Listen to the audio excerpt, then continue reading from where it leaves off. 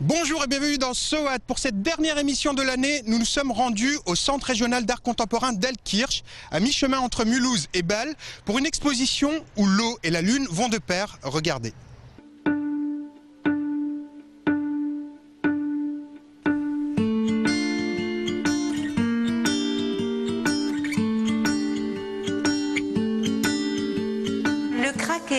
C'est le Centre rhénan d'art contemporain. C'est un lieu qui existe en tant qu'association. L'association s'appelait Tracessine depuis le milieu des années 80 et qui a profité de la vague de la décentralisation et de la labellisation en centre d'art pour devenir centre d'art au milieu des années 90. Et donc c'est un centre qui a déjà une histoire et nous on présente des expositions, 3 expositions par an avec le Project Room qui présente des jeunes artistes de la région et puis aussi un certain nombre d'événements qui nous permettent de mettre en écho les différents pans de la création contemporaine, par exemple musique et art contemporain, littérature et art contemporain, etc. Et aussi d'emmener, ça emmène un croisement des publics.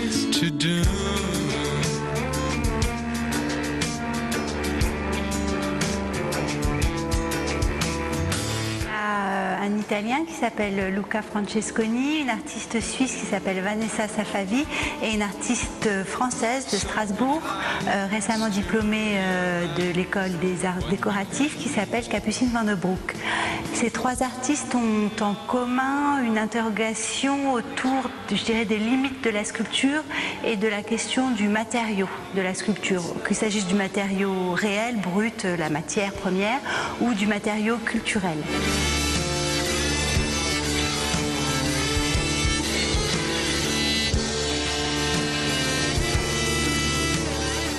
À partir d'un matériau donné, les réponses peuvent être différentes, c'est-à-dire que, par exemple, dans l'œuvre de Luca Francesconi et de Vanessa Safavi, il y a une idée de contemplation. Ils puisent à certaines sources qui sont religieuses, de la religion chrétienne pour Luca Francesconi, des religions plus orientales pour Vanessa Safavi, et se retrouvent autour d'une même volonté de contemplation ou de rapport avec, comme ça, le spirituel dans l'art.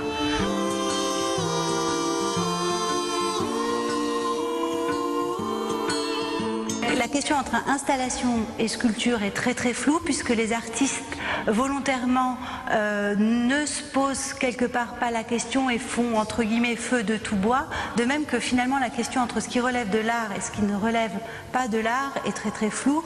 On le voit bien aussi avec par exemple l'installation de Luca Francesconi dans laquelle il présente des tournesols qui sont donc des objets mais qui, mis dans le cadre de l'exposition et du musée, prennent une dimension artistique et donc du coup ce qui intéresse Luca, c'est à travers cette monstration dans le cadre du musée d'interroger ce qu'il appelle l'esprit des choses.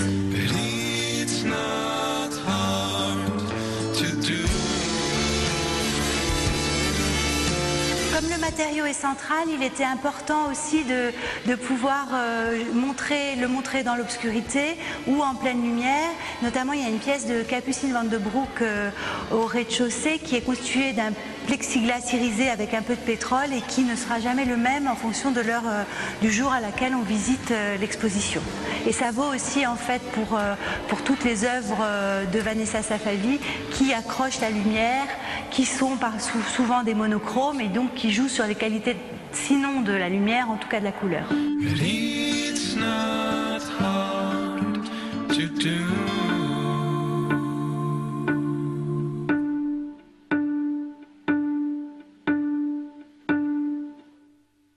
Aux Eurokéennes de Belfort cette année, il n'y aura pas que les Cure, il y aura aussi des groupes régionaux. C'est le cas d'Art District et surtout de Los Dissidentes del Sucio Motel.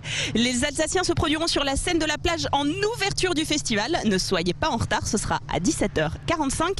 Je devais les rencontrer jeudi dernier pour la fête de la musique. Malheureusement, leur concert a été annulé. On s'est donc replié dans leur local de répète pour une petite session acoustique improvisée. Regardez.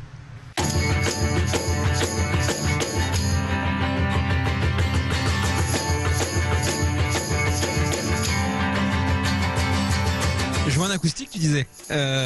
Oui, effectivement, c'est un exercice compliqué, clairement. Après, en fonction des affinités de chacun, il y en a qui s'y retrouvent un peu plus que d'autres. Danny, enfin Sony. Lui, c'est voilà, c'est vraiment son domaine, il aime ça. Mais après, l'intérêt en fait de faire cet exercice, c'est la mise à nu. Bon, qui en fait aussi toute la difficulté, mais il faut arriver voilà, à réarranger ton morceau pour que il trouve son intérêt dans cette formule-là et qu'il soit pas complètement dénaturé, parce que les gens qui veulent l'écouter dans sa version originale, pas qu'il soit complètement perdu, je retrouve plus mes marques, quoi. Donc c'est un exercice qu'il faut trouver un équilibre entre les deux, quoi. Après, au niveau des voix, c'est pareil. Là, en plus, t'as augmenté la difficulté parce que le faire 100% a cappella, c'est la première fois là, donc bon, j'espère que ça va pas été trop une catastrophe. Mais...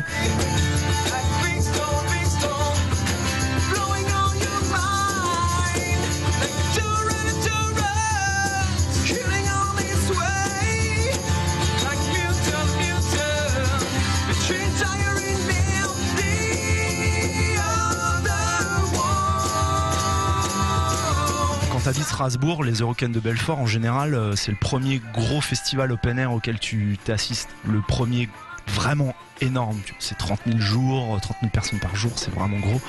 Moi j'ai vu Noir Désir aux Eurocaines, on a vu Nine Inch Nails, on a vu des tas de groupes hyper mythiques, quoi. Donc si tu veux te dire que tu vas aller jouer aux Eurocaines de Belfort, c'est un peu ce que tu rêvais quand tu étais ado et que tu disais j'aimerais bien monter sur cette scène un jour aussi. Et voilà, ça arrive. Après, par rapport au groupe, c'est une étape supplémentaire, en fait. C'est pas du tout un aboutissement, c'est pas une fin de course, c'est pas l'objectif de notre carrière de groupe entre guillemets, c'était de jouer aux The Rock. Non, pas du tout en fait. Pour nous, ça doit nous servir de marchepied, de tremplin pour la suite. Voilà, parce qu'on a d'autres projets qui arrivent et donc c'est l'occasion d'aller rencontrer un peu des professionnels, rencontrer du monde, voilà.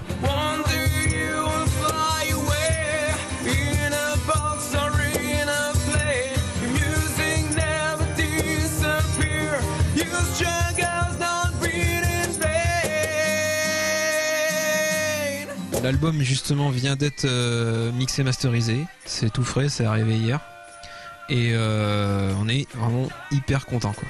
Ultra emballé, on est content de ce qu'on a fait. On a enregistré ça dans un studio qui s'appelle Le Cube et voilà, qui a vraiment tout compris à notre univers, notre son, qui nous a poussé vachement dans notre dernier retranchement. C'est ces deux gars qui sont derrière la console, qui ont des profils complètement différents, mais tous les deux hyper complémentaires. Et on a vraiment l'impression, voilà, d'avoir sorti le meilleur produit qu'on pouvait sortir à cet instant T, quoi. Voilà. Normalement, ça devrait sortir fin d'année, on espère.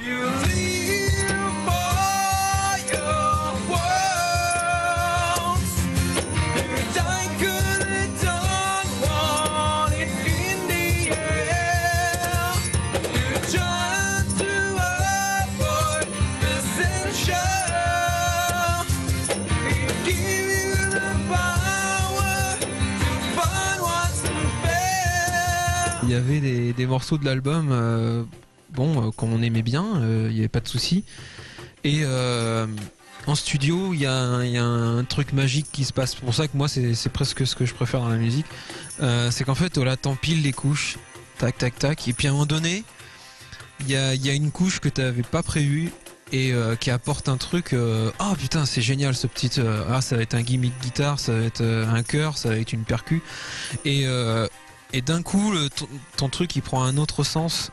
Et ça, le Cube, ils nous ont fait faire des exercices comme ça qui ont complètement, sur le moment, ça révolutionne un petit peu ton univers, parce que ça fait 1 an que tu joues le morceau de cette manière-là. Et puis il te dit ah non les gars, ton placement de voix il va pas du tout, quoi. Oh, t'es sûr et tout. Ah ouais, au lieu de faire tac tac tac, tu devrais faire tac tac tac. Ah ouais, ok, bon on essaye.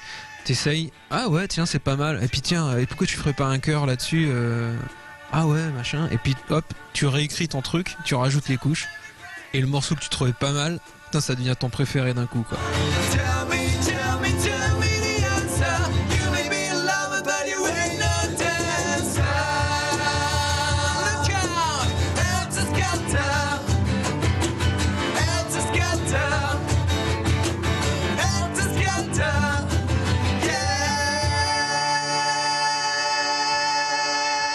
Le cinéma a décidément besoin de clowns et Artus de Penguern est un clown, parfois triste, notamment dans son film La clinique de l'amour. Regardez.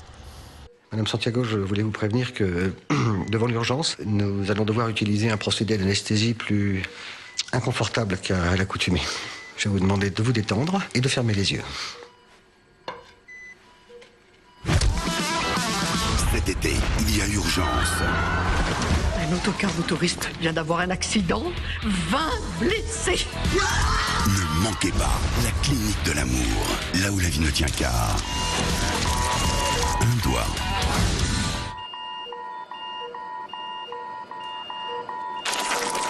Au départ, c'était un sketch que je faisais dans un one-man show. J'avais décidé de faire des trucs à épisodes. Donc je faisais un sketch de mon spectacle, un petit épisode de John et Priscilla, un sketch. Et donc, sur la longueur du spectacle, ça faisait 5 épisodes. Et ça marchait extrêmement bien en salle. Je me suis rendu compte que les gens, dès qu'on se disait... parce que je jouais tous les personnages à l'époque. Hein, je faisais John, je faisais Priscilla, je faisais Michael. Et dès que je m'approchais de Priscilla, je disais embrassez-moi. Et qu'ils me disaient non, non, pas dans le bloc opératoire. Là, les gens riaient. Et je me disais, ça y est, ça, c'est une culture générale de tout le monde. Tout le monde a vu des sitcoms hospitaliers. Et comme la vache a marché, j'ai fait un court-métrage. Et comme le court-métrage a extrêmement bien marché, je me suis dit, bon, ben voilà, là, il faut que je fasse le long. Et c'est là que les choses sont devenues compliquées pour trouver l'argent. De l'action, de la violence, des héros, des piqûres, des portes, des garces. Mademoiselle ? Bitch. Samantha Bitch. Des cascades, des bûches, des bêtes féroces. Alors, ça a mis 2 ans à l'écriture. Et en fait, non, la réalité de la chose, c'est que quand vous arrivez dans une chaîne de télévision en disant je vais faire un film burlesque, là, tout le monde fait surtout pas qu'est-ce que vous allez faire. Ils ont l'impression que je vais faire un film des Charlots. Et je leur dis non, burlesque dans le sens Buster Keaton, Charlie Chaplin, je veux conserver une poésie, une classe. Ça ne prend pas. Ça ne prend pas. Ils disent non, c'est pas bien, machin.